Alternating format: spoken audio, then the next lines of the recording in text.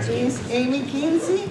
Amy's advisors were Professor Judy Kroll and postdoctoral fellow Megan Zerstein.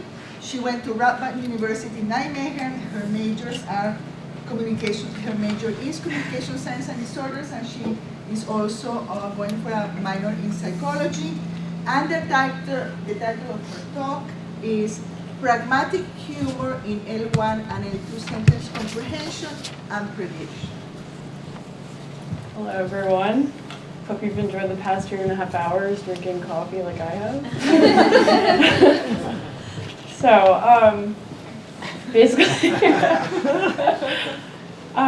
so I'm going to start out with this example right here. I have this picture of like this young boy saying 2 separate sentences. So the first one is, I'm excited for my birthday party, and the second one is, I'm excited for my retirement party. Hopefully you would expect this kid to say the first one and not the second one. I don't know what kid is excited for retirement at the age of like 4 or 5.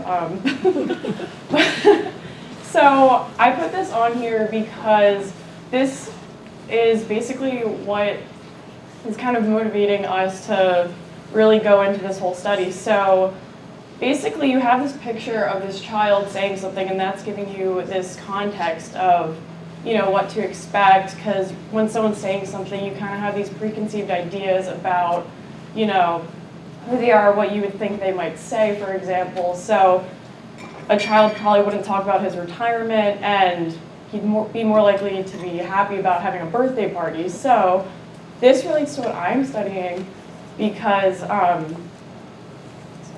this relates to what I'm studying because I'm trying to look at how people use this pragmatic context in relation to reading and comprehending, and also forming predictions for when they're comprehending sentences.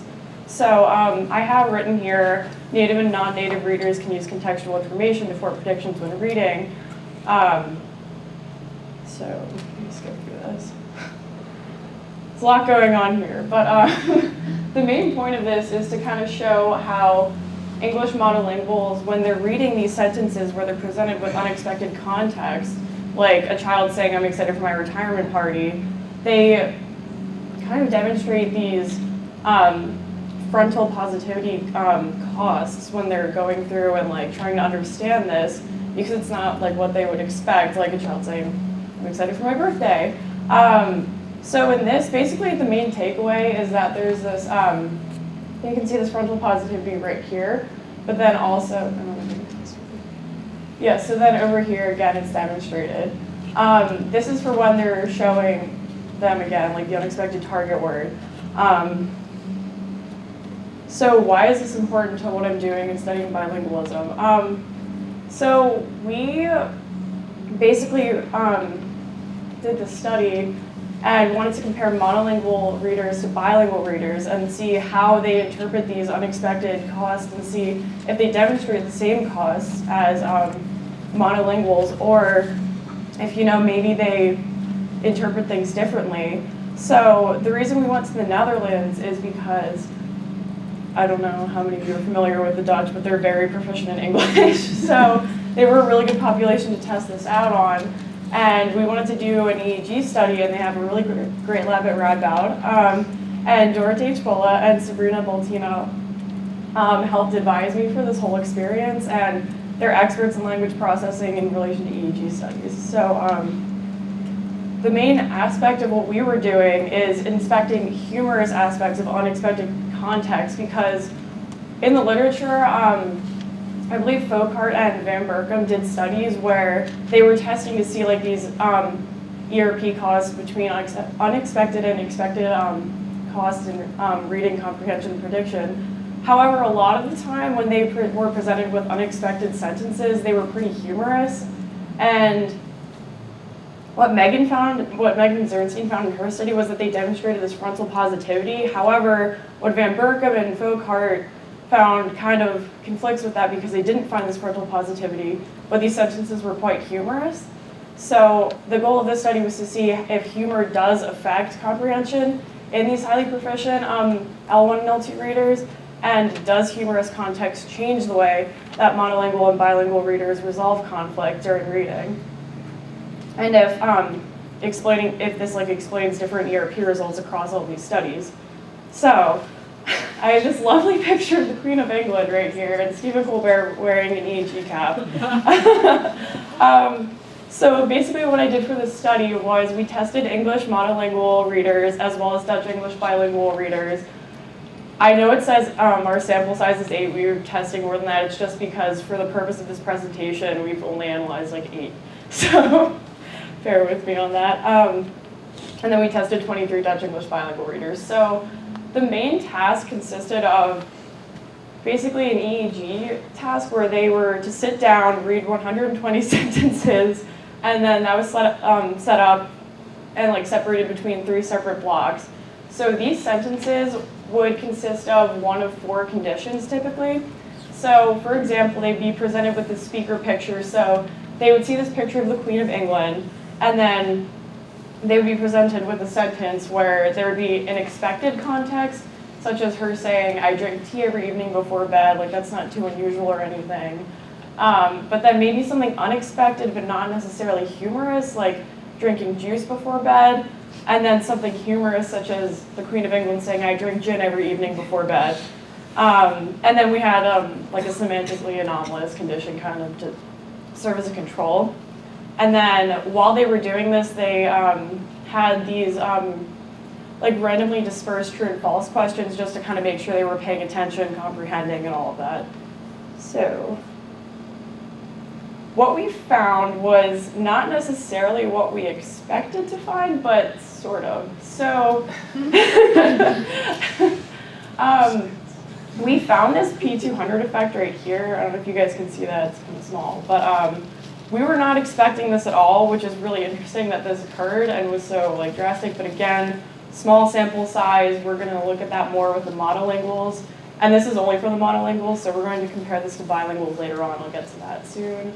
And then we did, however, what the big takeaway of this is we found this N400 effect and this frontal positivity showing that they're showing these costs when they're reading. So they are experiencing this conflict when they're reading these humorously unexpected sentences.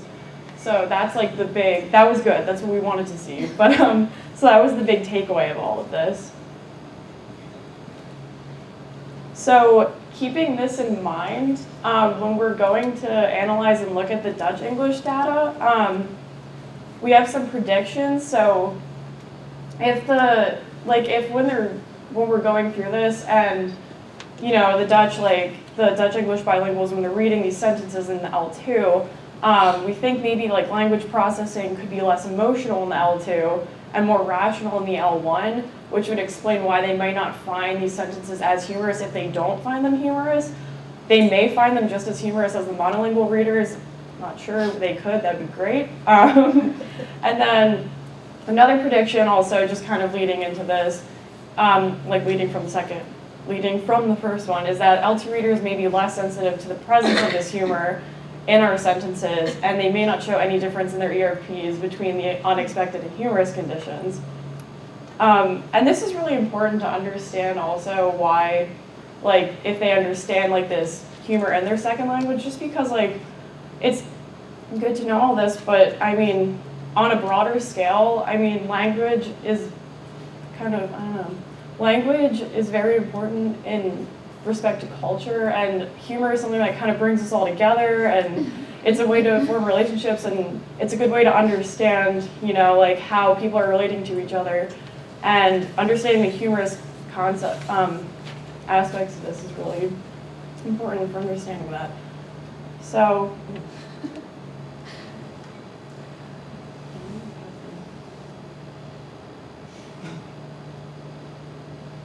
Okay, well, I just want to say thank you to everyone who's helped me along the way. NSF Pyre for funding this trip, Sabrina and Dorte at Radboud for helping me along the way, everyone at Donders in general, everyone at CLS, everyone's been so incredibly helpful and encouraging. Rhonda helped me here, I don't know if she's here right now, but she's been helping me here the past few months, and Judy and Megan, of course. They've guided me throughout this whole year and like helped me grow so much as a person and a researcher and just like as a better student in general. And I just wanted to thank everyone for this experience. It's been wonderful. So couldn't have done it without you. Thanks.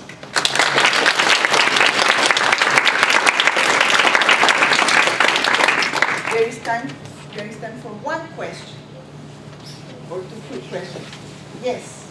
I noticed that the N400 effect you found seemed to be bigger for the humorous than the implausible predictions. Do you have any ideas why? See, that's something that I was finding kind of interesting because I was wondering if they're finding this implausible condition humorous at times too because it sounds so ridiculous. That's something that a lot of people told me coming out of the study too, that they would find that funny, so I'm not, like, that's why they're kind of similar, but Yeah, it could be that they're already in a context where you're having interesting and humorous, so they might just yeah, it stands out more, yeah. John.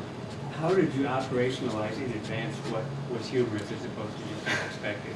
And I ask that only because it's been a long and not particularly humorous week, and the idea of the Queen of England drinking gin didn't strike as particularly humorous. I mean, England beer or something.